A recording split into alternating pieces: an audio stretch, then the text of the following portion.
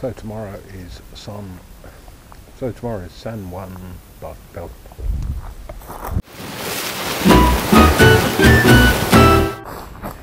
So tomorrow is San Juan Bautista Day, and on the evening before is the one time of the year when you can actually have a bonfire here.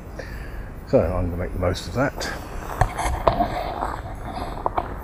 As you can see, I've been accumulating a fair bit.